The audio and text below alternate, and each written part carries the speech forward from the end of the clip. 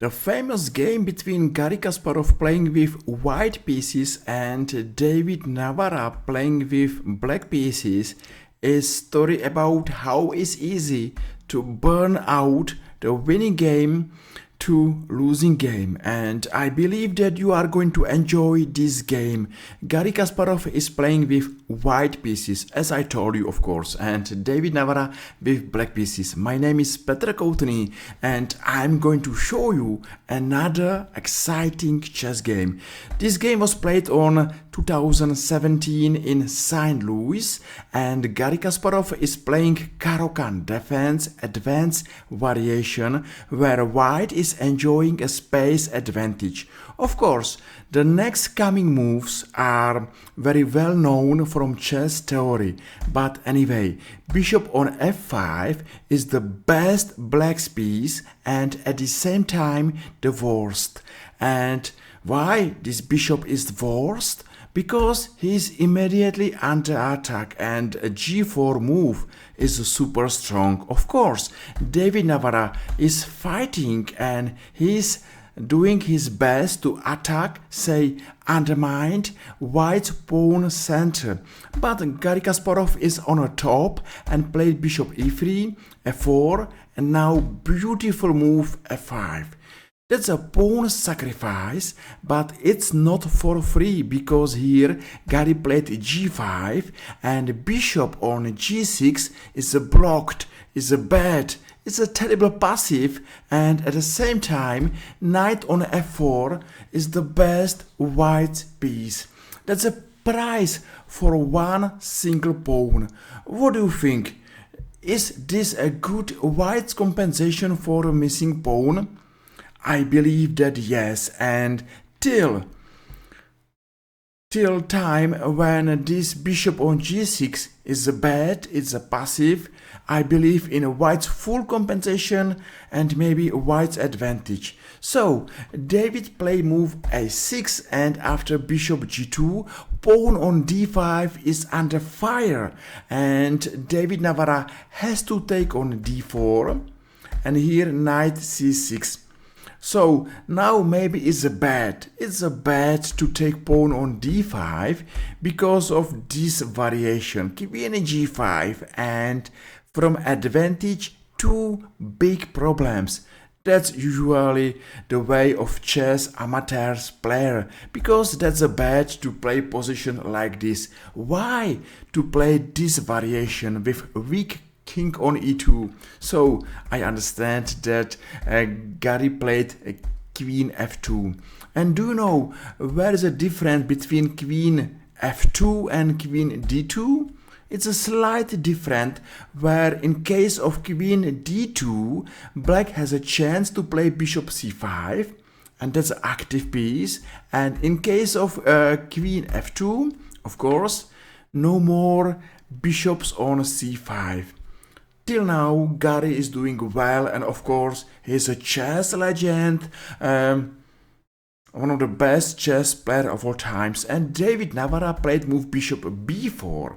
Long castle is a good move, exchange on c3, and still, till this bishop on g6 is going to be passive, dead and inactive. White has advantage, and doesn't matter that white's king is now weakening, and David Navara is going to attack pawn on a2, c3, and at the same time white's king.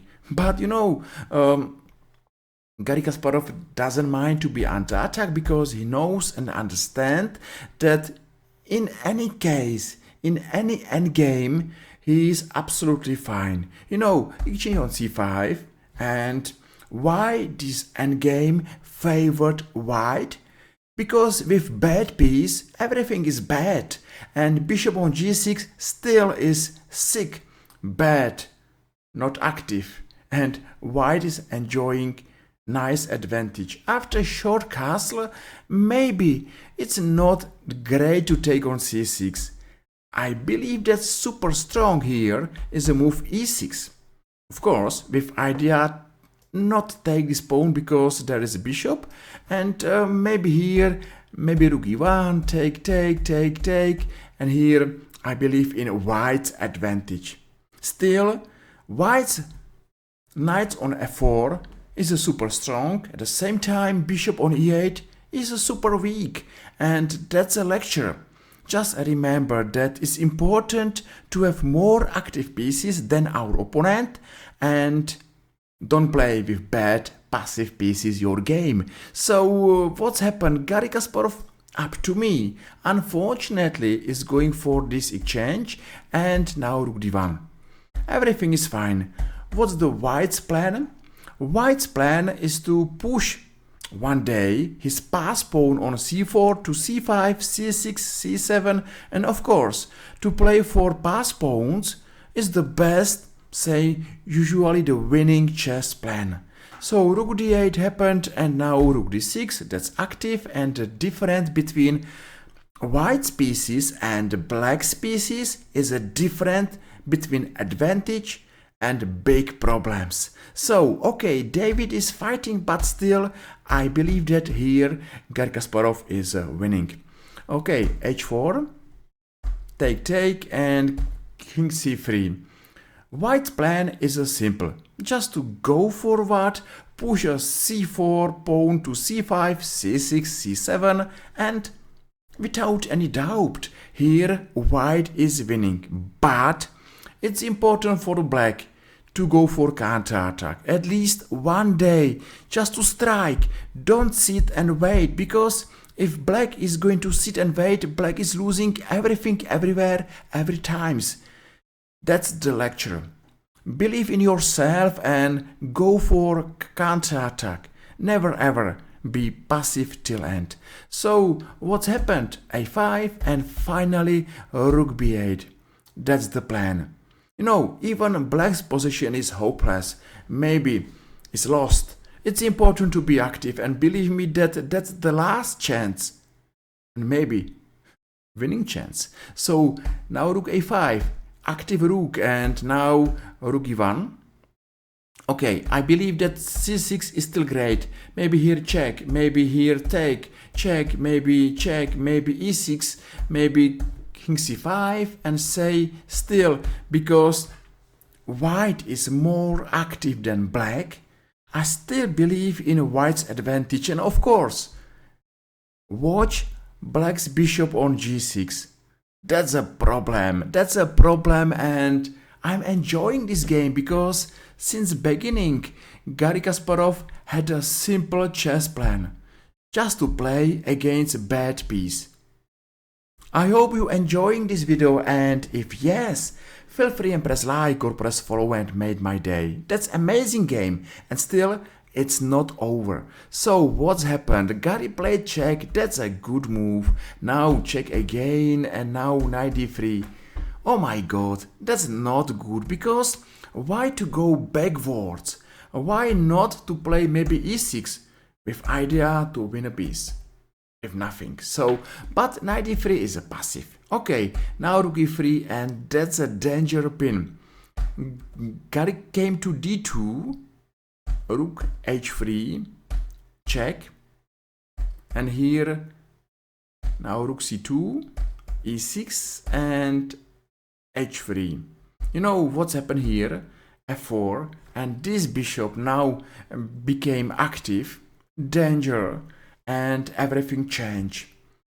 You remember, till this bishop was passive, you know, not active, white had advantage. But after move f4, let's watch what's happened. King d4, h2 check, and now check, and bishop e4. Because white was not able to keep this light square's bishop blocked, black has a chance to play for pass pawn, has a chance to be now more active than white, and of course still this position is open. I don't believe that white is losing here, but I believe that maybe white is not easily winning here, and that's the reason why I believe in active pieces, counter-attack and attack, and why it's important to believe in yourself.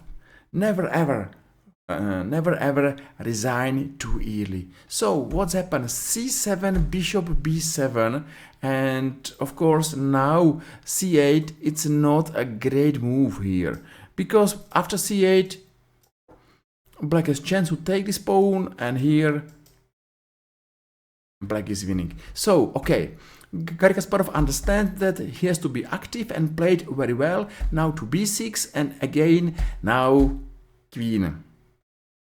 Do you believe that David Navara is winning here? Still not, because the best move here maybe is to play knight c6, check, and queen. And even here I believe that white is winning. But Garry Kasparov played check, okay, why not, queen, and now played a blunder knight c6, maybe with hopes to see this checkmate on the board.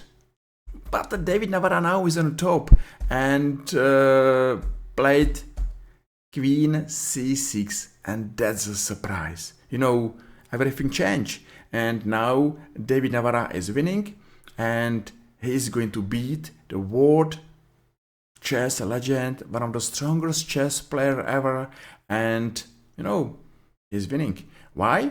Because just two variation. Here is a check, and after exchange on c8, black's pass pawn is the winning pawn. I believe that here, take, push, push, push, push, a queen, and of course that's a winning for black. And what's happened? The same variation. Maybe take here, take, and still push, push, push, push, and here black is winning, of course.